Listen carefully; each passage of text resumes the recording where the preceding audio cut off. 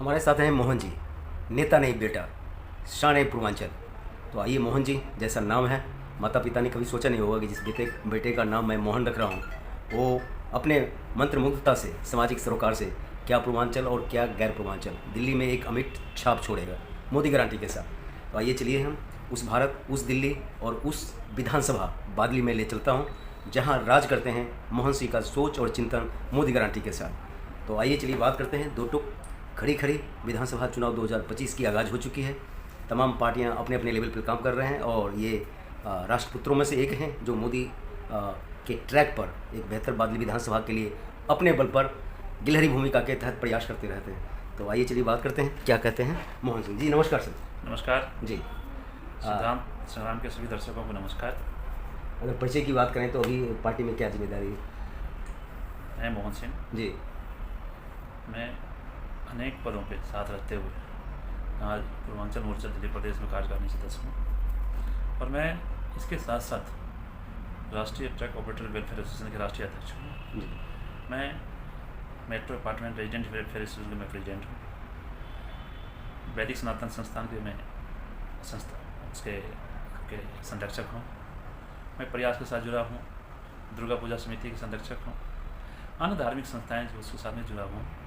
इतना बड़ा छठ पूजा होता है, मैं उसका संरक्षक हूँ। तो तमाम गिनती करामत ढेर सारी हैं। जी जी। लेकिन जो हमारी आज 30 वर्षों की जो तपस्या है दिल्ली में, वो समाज के साथ है। और जब मैं मोहन जी मैं डायरेक्ट वहाँ जाऊँगा। पाठकों की जिज्ञासा है कि आपने भाजपा ज्वाइन किया है, तो कई सारी पार्टियां हैं, लेकिन आपके दिल में, आपके सीने में, आपके हृदय में भाजपा राज करती है। आखिर राज क्या है? देखिए, मेरी सोच हिंदुत्व और राष्ट्रवादी, और मैंने हर एक चीज़ में देखने के बाद मुझे जो लगा है कि देश फर्स्ट, धर्म फर्स्ट, वो भाजपा में है। बाकी पार्टियों में व्यक्ति फर्स्ट है, परिवार फर्स्ट है, इसलिए मैं भाजपा को चुना। जी। चुनावी घमासान चल रहे हैं 2025 के लिए और आप चल रहे हैं वनवास पे। 26-27 साल हो गए, तो क्या लग रहा है कि मोहन जी की तपस्या, कद, काम, कार्यकुशलता कहीं न कहीं कुछ कमी रह जाती है, जिसकी वजह से बीजेपी जीतते जीतते हार जाती है?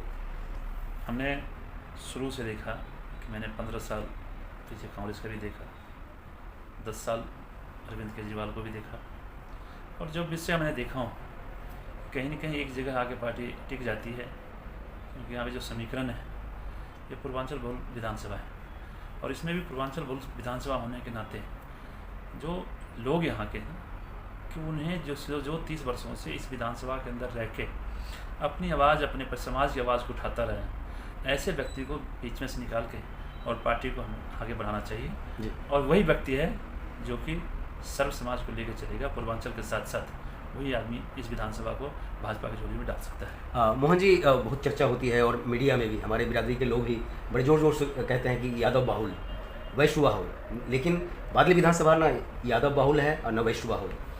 बादली विधानसभा 65-70% पूर्वांचली है। तीसरे ना वैश्य है, न यादव है, पूर्वांचल बहुल विधानसभा ही है। इसलिए मैं आपके माध्यम से कहना चाहूँगा कि यहाँ से आज नहीं तो कल पूर्वांचल का ही बेटा यहाँ से विधानसभा जीत के भाजपा की झोली में देगा। जी। तो लग रहा है कि इस बार पार्टी कुछ ऐसा सिलेक्शन करेगी कि वाकई कमल खिलेगा बादली विधानसभा में, जो कहीं न कहीं एक चुनौती है कि एक अनार कई बीमार, और उसमें से सिलेक्शन सुनने में आया है कि रायशुमारी भी हुई है। तो लग रहा है कि आपके जैसे राष्ट्रभक्त और निस्वार्थ भाव से पार्टी डिसिप्लिन में बढ़ते हुए मोदी मिशन के साथ। मैं आपको बता देना चाहता हूँ जी कि मैं संगठन के साथ साथ, जैसे हमारे संगठन RTOWA, इसके साथ हज़ारों लोग मेरे साथ जुड़े हुए हैं और मैं उसका निर्विरोध प्रेसिडेंट हूँ। आज 6 वर्षों से मैं कंटिन्यू, मैं कहता भी हूँ वह किसी प्रधान को चुन लो, लेकिन आज तक का प्रधान बना नहीं। ऐसे ही मैं इस सोसाइटी के अंदर 25 साल से रह रहा था, लेकिन कभी मैंने नहीं सोचा कि मुझे यहाँ का प्रधान बनना है, लेकिन लोगों ने मुझे ज़बरदस्ती खड़ा किया और लोगों ने जिता के मुझे यहाँ का प्रधान बनाया। 550 परिवार है यहाँ पर इस मेट्रो अपार्टमेंट में।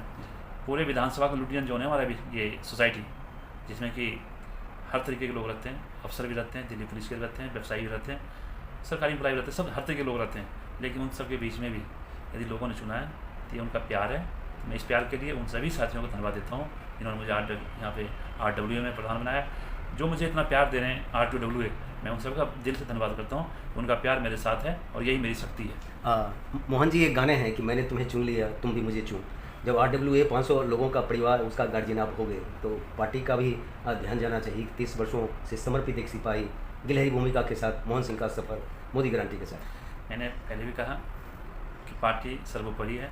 पार्टी का जो आदेश होगा उस आदेश का हम पालन करेंगे।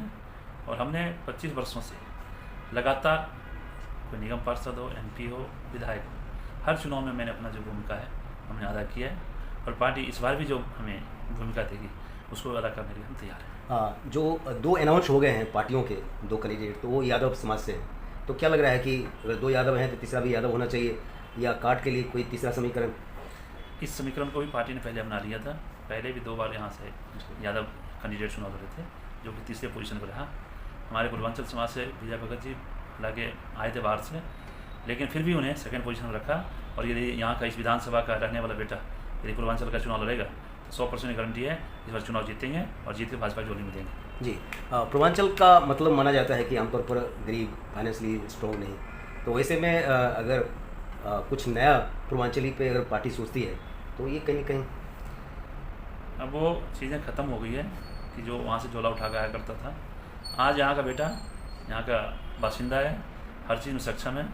जिस तरीके से सामने वाला कैंडिडेट चुनाव लड़ेगा उससे 21 लड़ा जाएगा, 19 में चुनाव नहीं लड़ेंगे। जी, केजरीवाल की बड़ी फजीहत हो रही है और आप बड़े मज़े ले रहे हैं। 2100 अगर कोई 2100 दे रहा है तो मोहन सिंह और तमाम भाजपा और कांग्रेस को क्यों आपत्ति हो रही है?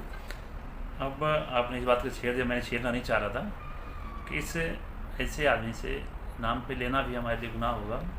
क्योंकि नरेंद्र मोदी जी ने 2020 में जब कोरोना काल आया था तो देश में एक इंस्ट्रूमेंट नहीं हुआ करता था कोरोना नाम से, लेकिन मोदी जी ने वो सारी चीज़ें मेड इन इंडिया तैयार किया और पूरे देश को वैक्सीनेट किया। और पूरे देश ही नहीं, पूरे वर्ल्ड को वैक्सीनेट किया। आज पूरे देश के अंदर 2020 से ही राशन फ्री थे, जो भारत सरकार का काम है। लेकिन वाहवाही कौन ले रहा है? केजरीवाल।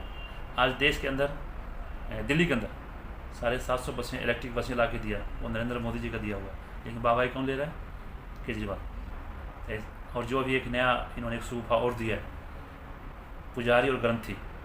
श्रीमान जी, आपने 10 साल पहले मस्जिद के इमाम के लिए बनाया था, तो उस टाइम बना लिए होते। अब आपको लग रहा है कि मुसलमान भी हमारा साथ छोड़ रहा है, तो आप हिंदू वोटर में सेंध मारने की कोशिश कर रहे हैं पुजारी और ग्रंथी के माध्यम से। तो लोग समझ चुका है। और जो मस्जिद के इमाम है उसकी भी सैलरी 17 महीने से ड्यू है, वो भी नहीं दिया है।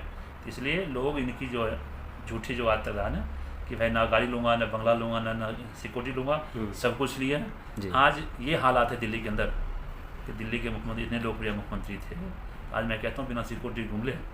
जैसे हमारे गोवा का मुख्यमंत्री मनोहर पार्रिकर जी स्कूटी उठा के चल देते थे, जनता नमस्ते करता था। आज ये बिना सिक्योरिटी निकल जाए, जनता चप्पल लेके बैठा हुआ है, जहाँ मिलेगा वहीं देवाटापट मार देगा इनको।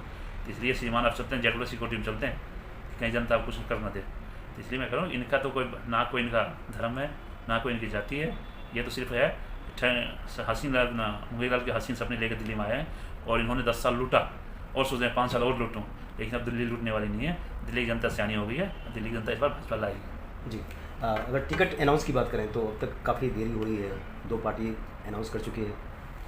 भाजपा, मैंने किसी और चैनल पर भी कहा था कि भाजपा 365 दिन काम करती है, वर्किंग मोड पर होती है। भाजपा का एक ही कैंडिडेट है, उसका नाम है कमल निशान। और कमल निशान के लिए 365 दिन हर कार्यकर्ता काम करता है। तो भाजपा इसलिए निश्चिंत रहती है कि चाहे नॉमिनेशन से एक दिन पहले भी यदि हम नाम डिक्लेयर कर देंगे तो भी हमारा कार्य वैसे चल रहा है जैसे चल रहा है और इसे चलता रहेगा। इसलिए इसके लिए कोई चिंता नहीं है। भाजपा जब भी अपना कैंडिडेट डिक्लेयर करेंगे और पूर्ण तरीके से इस बार समर्पित होकर हर कार्यकर्ता काम करेगा और भाजपा का यहाँ पे